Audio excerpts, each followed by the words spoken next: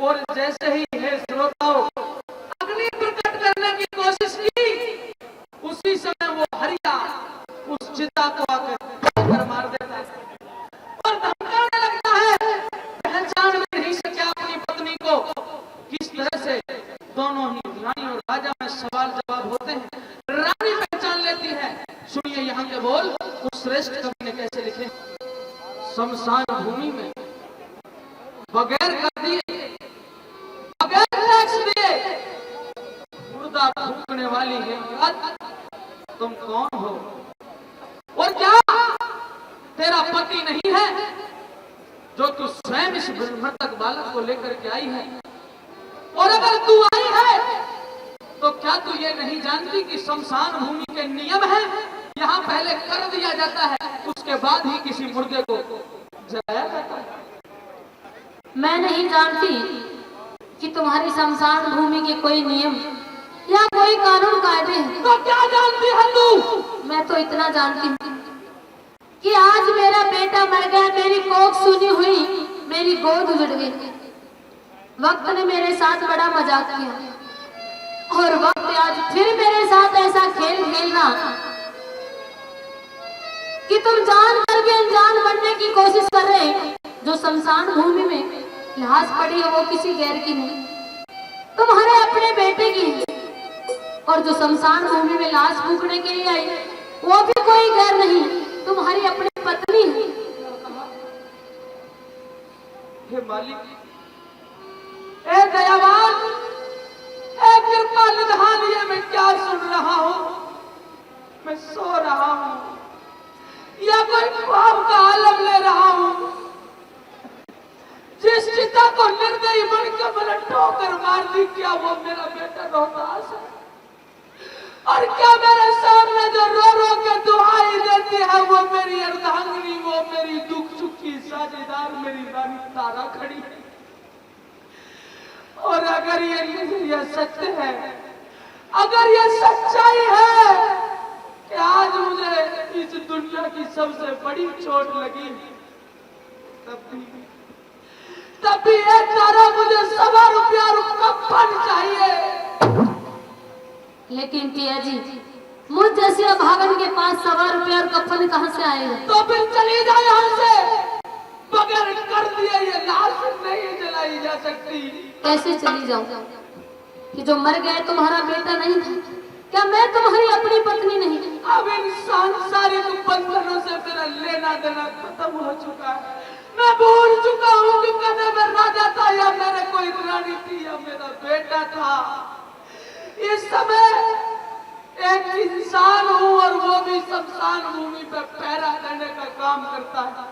मेरा सिर्फ एक लक्ष्य है, एक मेरा टारगेट है। मैं एक बात जानता हूँ कि यहाँ चाहे कोई राजा आए या कोई फकीर आए, मैं तो सभी से कर लिया करता हूँ। वो जोर क्यों जमावे पिया, रानी तेरी मैं,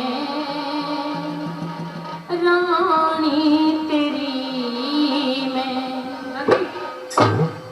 जोर क्यों जमावे पिया, रानी तेरी मैं, रानी तेरी मैं।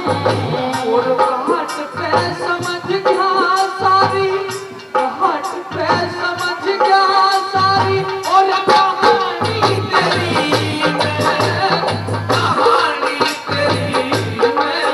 वो जोर क्यों जमावे पिया, रानी तेरी मैं,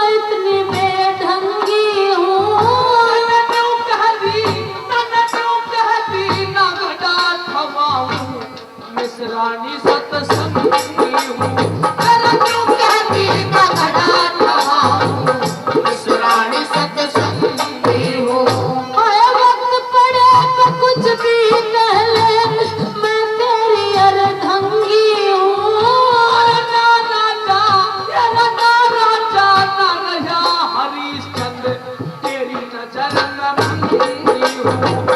मेरा चादर है हरिश्त तेरी नजर में बंदी हूँ।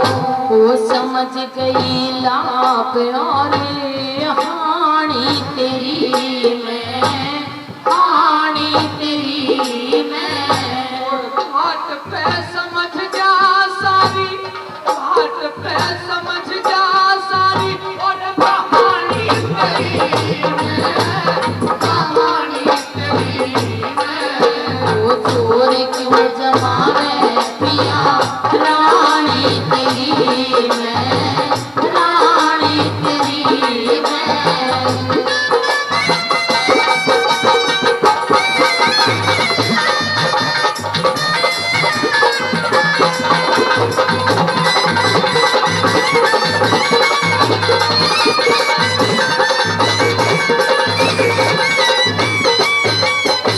दर बदर की ठोकर खाकर डोल रही भटकती हुई, सोच रही कि कहीं इसका बाप मिले तो मेरा दुख बांट ले। आज भगवान ने किसी संजोग से हम दोनों को मिलाया और मिले हो तो किस हालात में। मेरा दुख बांटने की बजाय कैसे कैसे ताने कस रहे हैं, मुझसे 1.25 रुपया कफन मांग रहे हैं। भला मुझ जैसी भागन 1.25 रुपया कफन कहाँ से देगी, कहाँ से लाएगी। हे रानी तारा, आखिरकार जो बाप अपने इकलौते बेटे की लाश को देखे, उसका टुकड़ा तू नहीं जान सकती। मैं जानता हूँ कि तू एक माँ होने के नाते आज तुझे कितना कष्ट हुआ होगा। और तू तो मेरे से सारी बातें कह के अपने दिल का बोझ हल्का कर सकती है, पर तू बता मेरा इस दुनिया में कौन है? मेरे से तो वो राम भी रूठ गया। अरे इस बुरे दृश्य देखने से पहले मेरी प्रारब्ध के लेखक मेरी तकदीर में मृत्यु लिख दी होती। आज मेरा वो खून सा बच्चा जिसने कभी दुख का आलम नहीं देखा, जिसने कभी मखमली गद्दों से पैर नीचे नहीं रखे, जिसे धूप छाव का कोई ज्ञान नहीं रहा, आज दूसरे के घर रह के गुजारा करने लगा। पता नहीं एक बार भी भोजन नसीब हुआ या न हुआ। लाल चाव से रहने वाला वो युवराज आज एक गज कफन से भी खाली जा रहा है। केले के पत्तों में जिसकी लाश लिपटी हुई है। अरे मालिक, मेरा हर मोर्चे पर साथ देने वाली औरत जो सतवंती है, जिसको मुझे कोई शक सत्य नहीं, जिसके पास 1.25 रुपया नहीं है, फिर भी मैं कितना अभागा हूँ, उससे फिर भी 1.25 रुपया मांग रहा हूँ। पृथ्वी ही दब गई है घर हमारे बाहर से, एकदम ही क्यों नहीं उठा लेता इस संसार से। हे मालिक, हम तीनों प्राणियों को एक साथ उठा ले, जिससे हमें कोई कष्ट नहीं होगा। हे प्रिय, अगर तेरे पास 1.25 रुपया नहीं था तो कहीं बागों में इसकी चिता जला देती, मेरे पास लाना नहीं चाहिए था। वो तो सोच पिया दुख बांटेगा और रचा इतिहास में। बागों बीच फूंक देती यो ना लेना था पास में। बागों बीच फूंक देती यो ना लेना था पास में। आए लाख चिता में मत मारे यो पाया थारो तास में। बिना दिए महसूल घाट का ठोकर क्यों न लाश में। अरे बिना दिए महसूल घाट का ठोकर क्यों न लाश में। वो नफरत क्यों भरी से पिया पानी तेरी मैं, पानी तेरी मैं। और घाट पे समझ जा सारी, घाट पे समझ जा सारी, और कहानी तेरी मैं, कहानी तेरी मैं। वो चोर क्यों जमावे पिया रानी तेरी मैं, रानी तेरी मैं।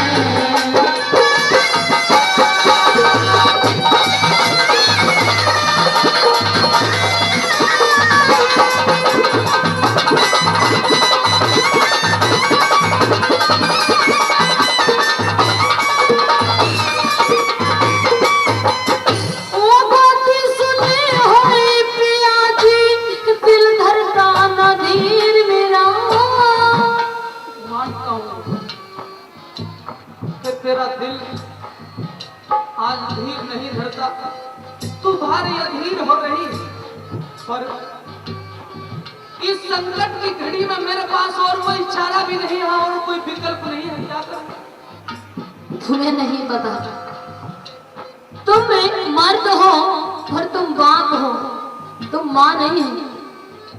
वो संसार की सबसे बदनसीब माएँ होती है पिया जी, जिनकी आंखों के सामने उनके पुत्र की मृत्यु होती है।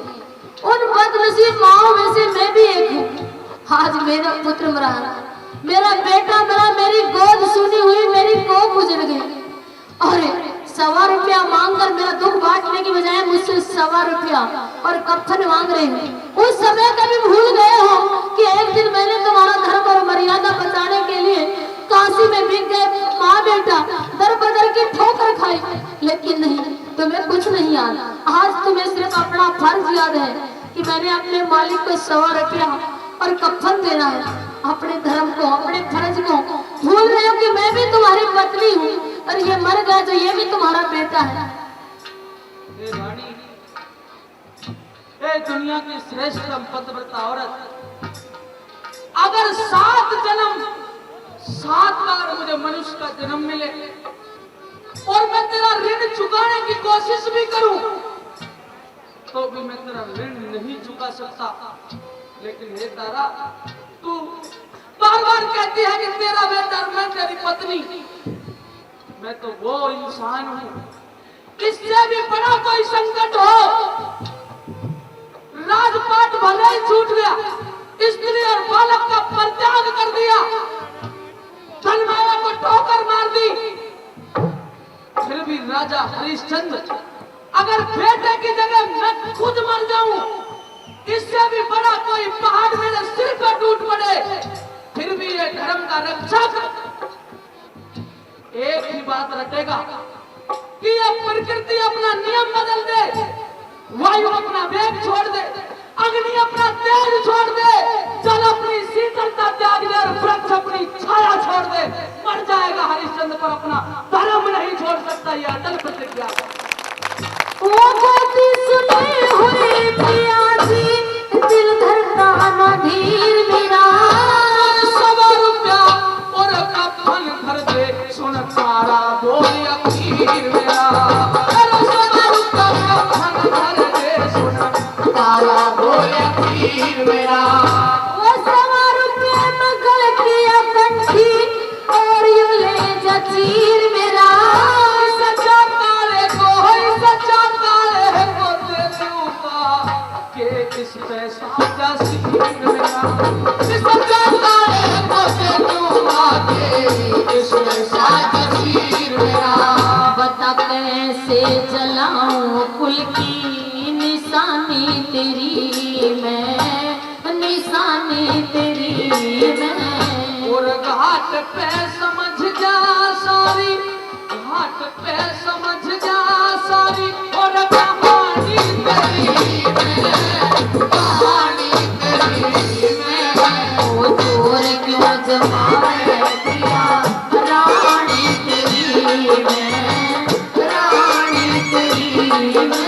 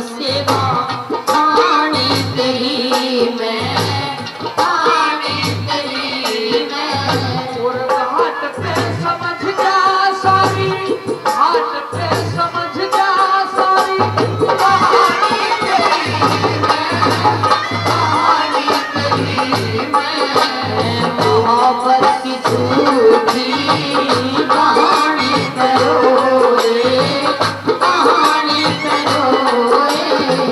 बड़ी चोट खाई जवानी करो रे, जवानी करो रे। मोहब्बत की झूठी कहानी करो रे, कहानी करो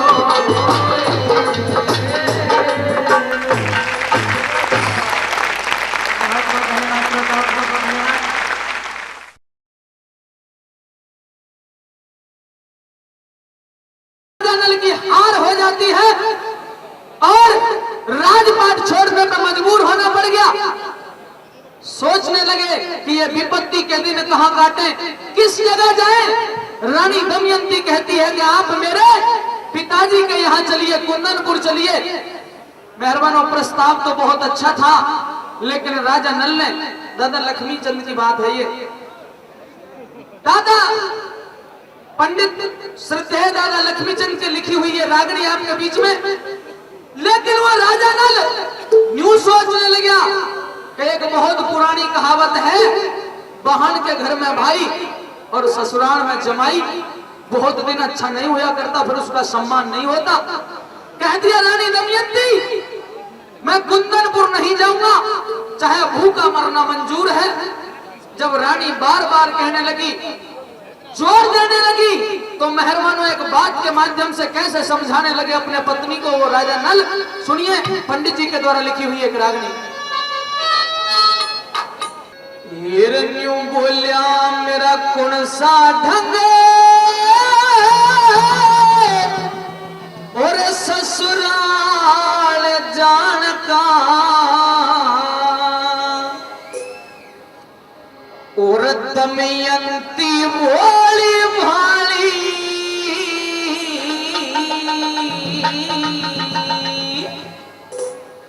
अरे भला कहे कोई पूरा कहे कोई, राम राम देवकारी, राम राम देवकारी। मेरा कौन सा ढंग ससुराल जान का, दमयंती भोली भाली भला कहे कोई पूरा कहे कोई, राम राम देवकारी, राम राम देवकारी।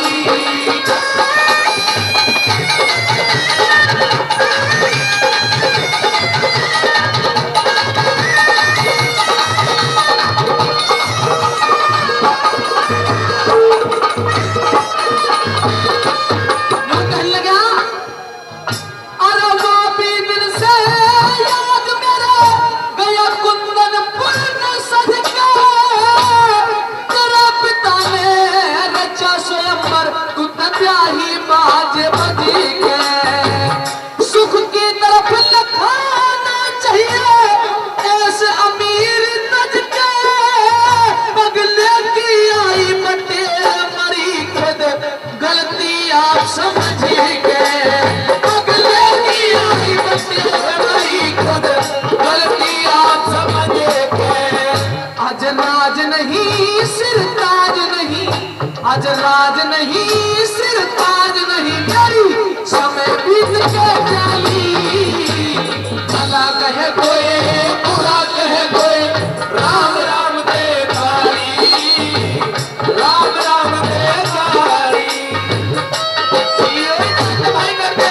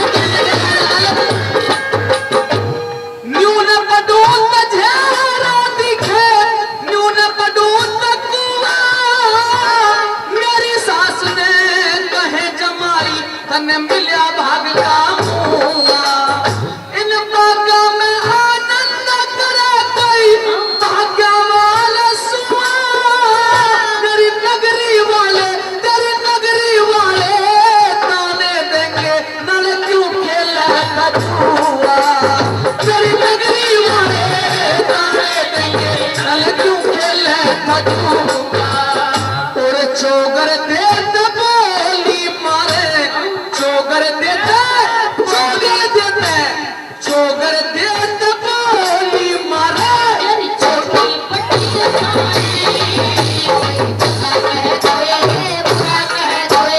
राम राम दे गाली राम राम दे गाली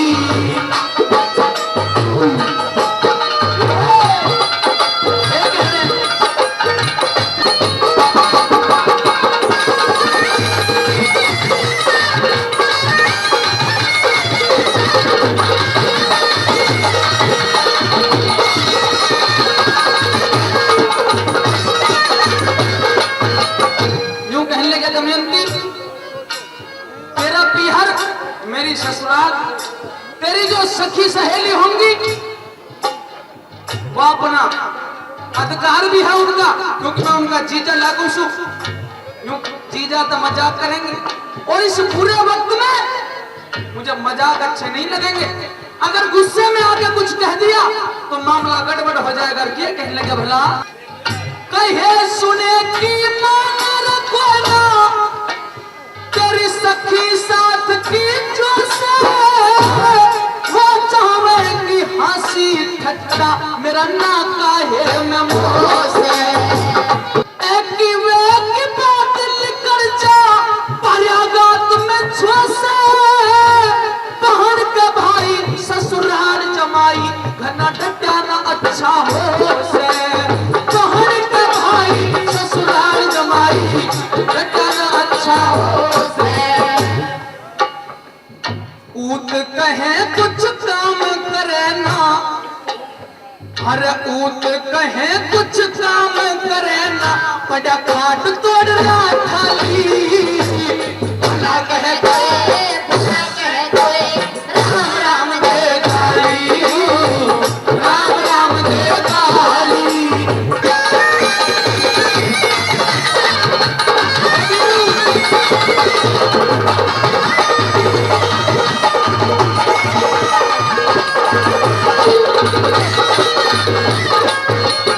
और बुजुर्गों समझने लायक बात होगी। अंत में तो यूं कह दिया, हे प्राण प्रिय, अब ये विपत्ति के दिनों में मेरा सहारा है तो तू है। विपत्ति के समय में तेरी भी जवान अवस्था है और मैं आज हीनता है मेरे पास, कुछ भी नहीं। औरत का साथ में रहना ना को चने चबाने हैं। अब इज्जत बचानी तेरे हाथ है दमयंती। और क्या कह दिया भला मैं जती मरल तू सती पीरिया रखनी लाज तने से इंदर से और इंद्रावती भी रखने साथ में से 2 महीने तक रखे गर्भ में करी कुभार तने से श्री लक्ष्मी चंद सतगुरु की सेवा करी दिन और रात में से श्री लक्ष्मी चंद सतगुरु की सेवा और भाव में भर के राजा नलियों कहने लगे गुआ दिन आज रह रह के याद आ रहा है मेरा कहना रंज मन न्यूनमयंती तू जीत देवता कहली भला कहे कोई बुरा कहे कोई राम राम दे गाली राम राम दे गाली मेरा कौन सा ढंग ससुराल जानता दमयंती भोली भारी भला कहे कोई बुरा कहे कोई राम राम दे गाली राम राम दे गाली।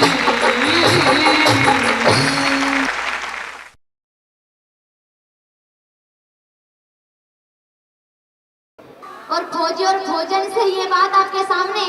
और बात भी उस टाइम की जब फौजी फौजन को छोड़ के फौज में चला जाता है और अकेली फौजन है, ठंड का मौसम है और अपने फौजी को याद करे किस प्रकार से क्या कह रही है ना।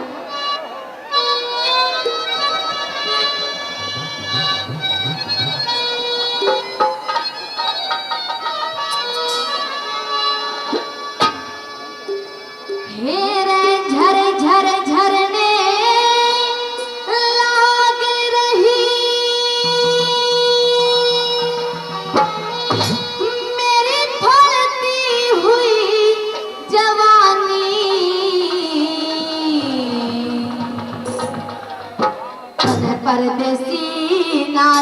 है मेरी जलती हुई जवानी है, तन पर खुशी नाजुक है मेरी जलती हुई जवानी। बोला झर झर झंडी लाग रही है जलती हुई जवानी, तन पर खुशी नाजुक है मेरी जलती हुई जवानी है, तन पर खुशी नाजुक है मेरी जलती हुई जवानी।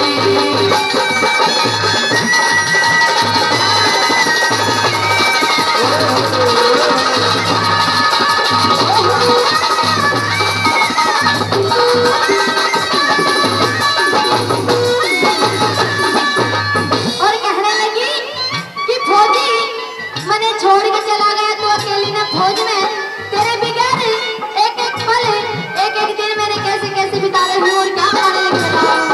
ओहो!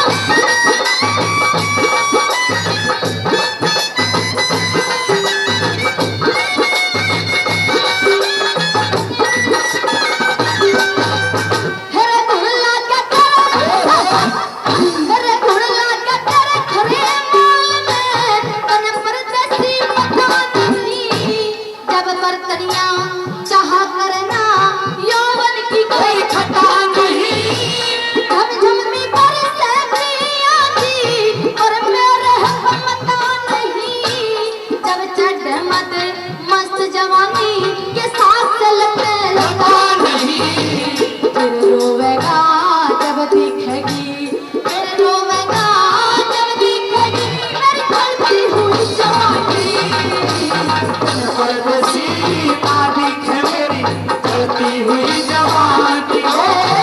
तन पर खुशी नाजुक है मेरी जलती हुई जवानी।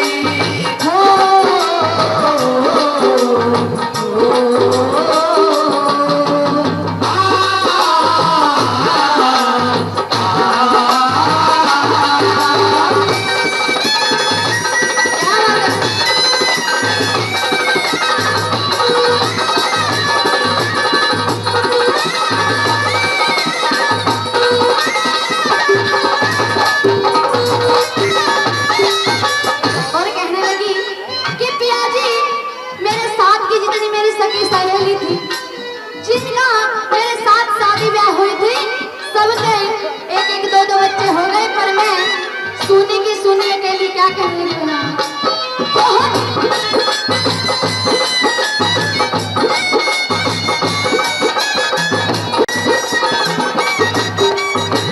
मन तड़पती मेरा मन तड़पत छोड़ गया मैं, तेरी बात में मुरली वक्त की दिमाग लगी बावड़े, तेरी कैसे क्या कर ली रे, सखी सहेली मौज करे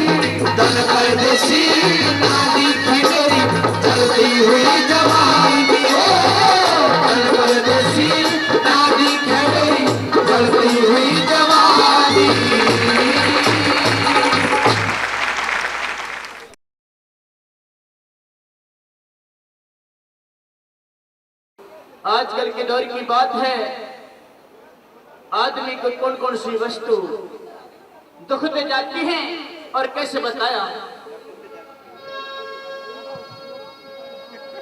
फिर आसमान में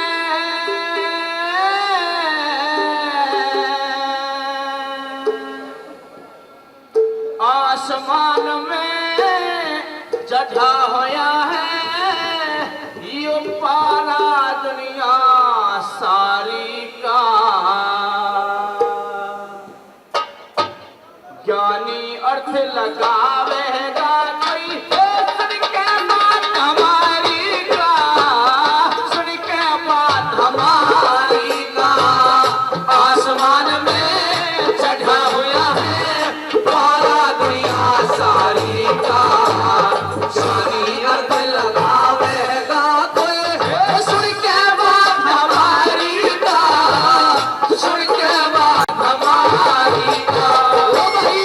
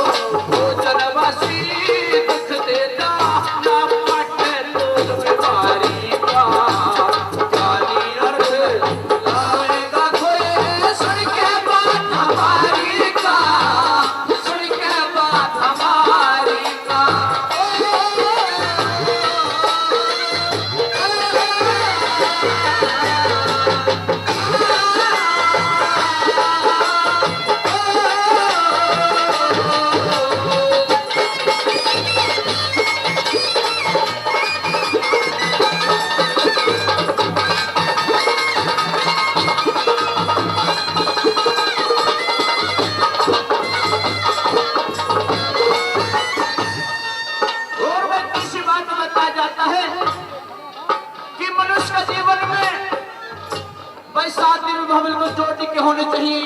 और कैसे बताया भला?